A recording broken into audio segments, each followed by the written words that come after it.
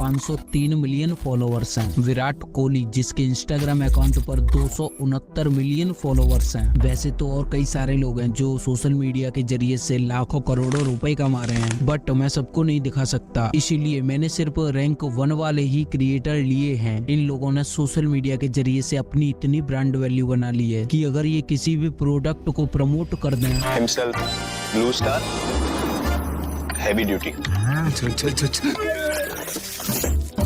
Blue star heavy duty AC, भयंकर गर्मी की छुट्टी, तो उसकी ग्रोथ कई गुना ज्यादा बढ़ जाती है। और इन्होंने किसी भी चीज को फेल कर दिया तो उसकी ग्रोथ कई गुना गिर भी जाती है। ऐसा ही हुआ कुछ कोको कोला की कोल्ड ड्रिंक की कंपनी के साथ। ये बात है करीब 2020 की। एक प्रेस कॉन्फ्रेंस में क्रिस्टियानो रोनाल्डो स्पीच देने के लिए बैठे थे और वहाँ रखी कोको कोला की कोल्ड ड्रिंक को उन्होंने अपने सामने से हटाकर नीचे की साइड रख दिया। फिर तभी इसके बाद कोको कोला की कंपनी को सीधा $4 बिलियन यानी कि इंडियन रुपीस करीब 30,000 करोड़ रुपए का लॉस हो गया। डीएनए में हम एक ऐसे वीडियो का विश्लेषण करेंगे जिसने कोका कोला के एक झटके में 30,000 करोड़ रुपए डुबा दिए और तभी से कोको कोला की ब्रांड वैल्यू खत्म हो गई।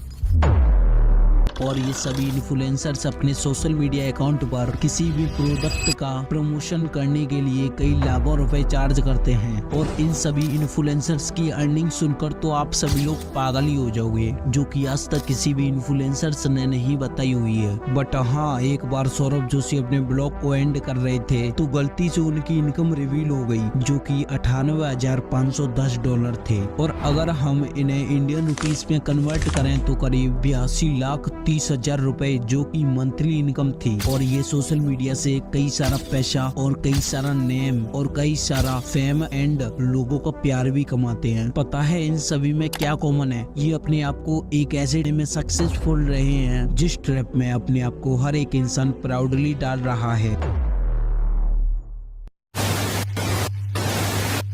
माँ बाप भाई बहन रिलेटिव सब ये समझाते हैं अगर आपके मार्क्स नहीं आए और जॉब नहीं लगी तो आपकी जिंदगी बेकार है। और लाइफ की क्रिएटिविटी को आप रखते हो साइड में और ये अच्छे मार्क्स और अच्छी जॉब पाना आपका सपना बन जाता है। जो गवर्नमेंट जॉब की तैयारी कर रहे हो उसमें से 80-90% में उनमें से खुद की इच्छा नहीं गवर्नमेंट जॉब करने की, वो एक्सटर्नल मोटिवेशन है, बाहर से फोर्स किया गया, चाहे उसे घर वालों के थ्रू, रिश्तेदार के थ्रू या जो लोग ऑलरेडी लग चुके हैं उनके थ्रू। डिफाइन करना जरूरी है कि एजुकेशन का पर्पस है क्या पर्पस केवल नौकरी लेना है, एक जॉब मिल जाए वही पर्पस है? मैं उससे एग्री नहीं करता हूँ। किसी महापुरुष ने कहा है कि कामयाब होने के लिए नहीं, काबिल होने के लिए पढ़ो। सक्सेस के पीछे मत भागो, एक्सेलेंस का पीछा करो। सक्सेस मार्केट पीछे आएगी।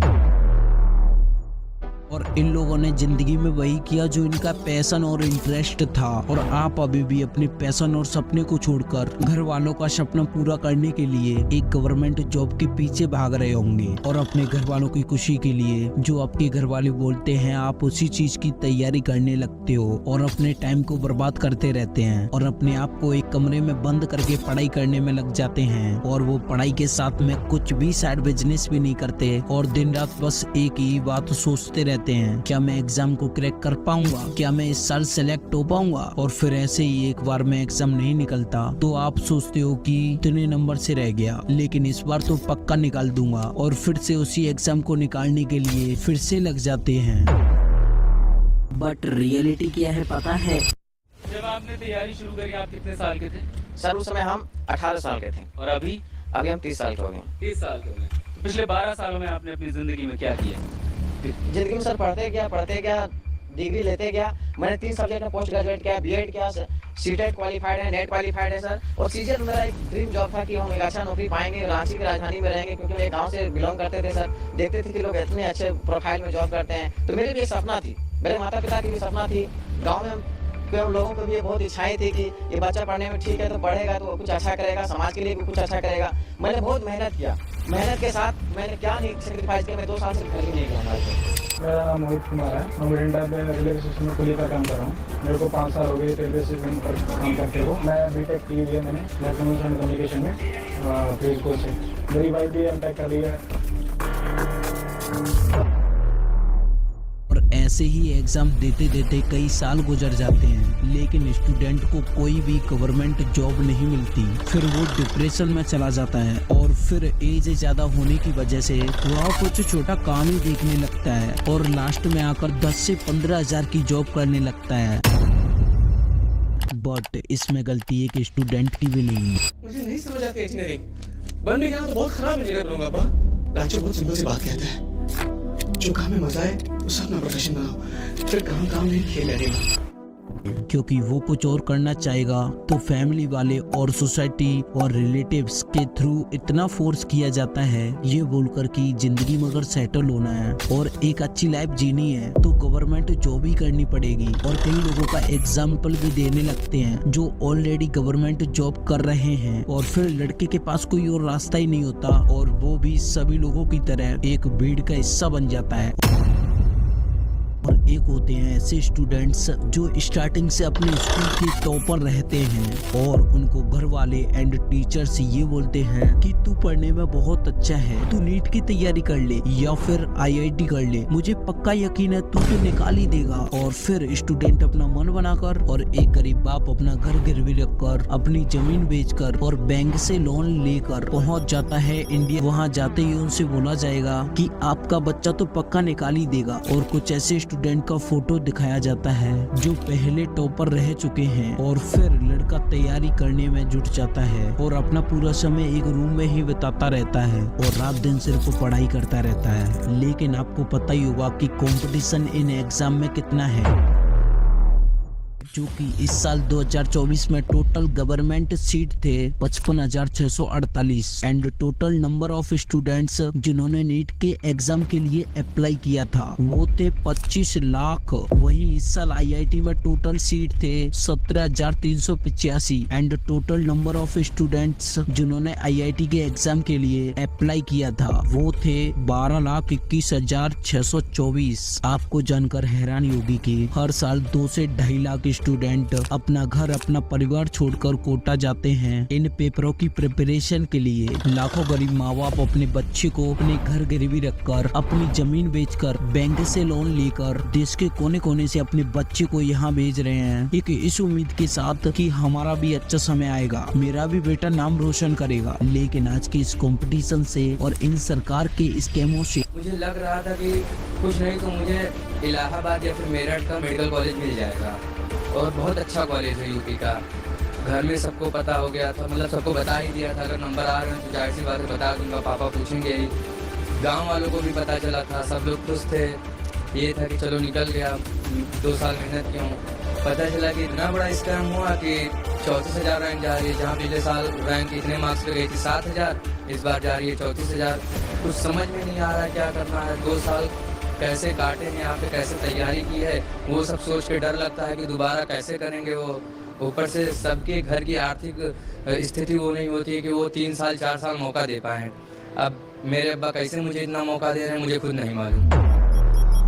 लड़का कहीं का भी नहीं रहता और उनकी कई सालों की मेहनत और कई रातें गुजर जाती हैं बिना खाना खाए हुए और बिना सोए हुए। लेकिन उनकी इस सारी मेहनत पर पानी फिर जाता है और फिर उनमें से कई सारे स्टूडेंट सुसाइड कर लेते हैं, जो कि 2015 से लेकर 2024 के दौरान 124 स्टूडेंट ने कोटा में सुसाइड कर ली है, जो कि अब कोटा द सुसाइड फैक्ट्री के नाम से जाना जाता है। जिस एजुकेशन सिस्टम को सन 1806 ईस्वी में होरेस मन नाम के एक इंसान ने रूल्स फॉलो करने के लिए और नॉलेज प्राप्त करने के लिए बनाया था। लेकिन आज हम और आप लोगों ने इस एजुकेशन को अपनी जरूरतें पूरी करने के लिए बना लिया है।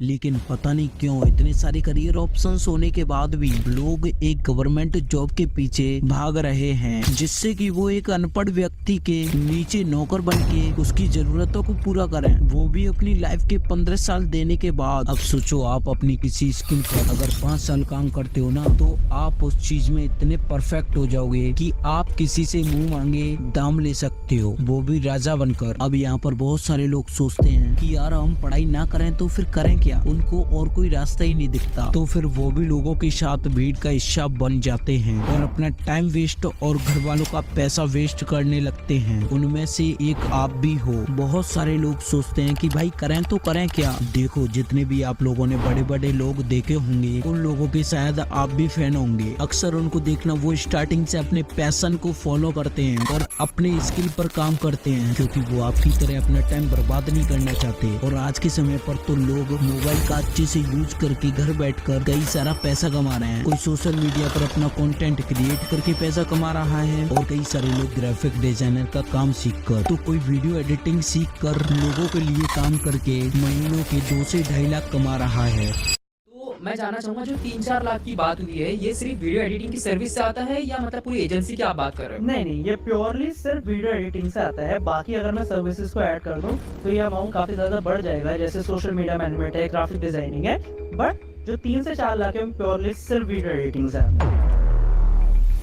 और आज के टाइम पर मैं आपसे बोलूं तो सिर्फ गवर्नमेंट जॉब के भरोसे मत रहो, इसके साथ में आप किसी स्किल को भी डेवलप करो। और भी कई सारे काम हैं जो आप कर सकते हो। अपने इंडिया का एजुकेशन सिस्टम इतना बेकार है ना कि जो टीचर्स आप लोगों को पढ़ाते हैं वही अपने बच्चे को पढ़ने के लिए स्कूल नहीं भेजते, और अगर स्कूल भेजते हैं तो वो भी दूसरे देश में भेजते हैं। और अक्सर बड़े लोग अपने बच्चे से वही करवाते हैं जिस चीज में बच्चे का इंटरेस्ट हो, और आप लोगों को मार पीट कर पढ़ाने की ही कोशिश करते हैं। ना तो स्कूलों में ये सिखाया जाता है कि अमीर कैसे बनते हैं, और ना कभी ये बताया जाता है कि कभी डिप्रेस्ड फील्ड में नेगेटिव थॉट आए तो इनसे बाहर कैसे निकलते हैं। और ना ही स्पोर्ट्स पर ध्यान देने के लिए बोलते हैं। स्कूल में टीचर्स और घर में पेरेंट्स सिर्फ और सिर्फ पढ़ाई के लिए फोर्स करते रहते हैं। पेरेंट्स को अपने बच्चे को हर उस काम में सपोर्ट करना चाहिए जो वो करना चाहता है, बट वो काम कोई गलत नहीं होना चाहिए। क्योंकि मुझे जहाँ तक लगता है, किसी लड़के को कोई काम करने में जब तक अच्छा नहीं लगता तब तक उसके घर वाले उसको सपोर्ट नहीं करते। तो अपने बच्चों को सपोर्ट करिए एंड उसका साथ दीजिए एक सक्सेसफुल इंसान बनने के लिए।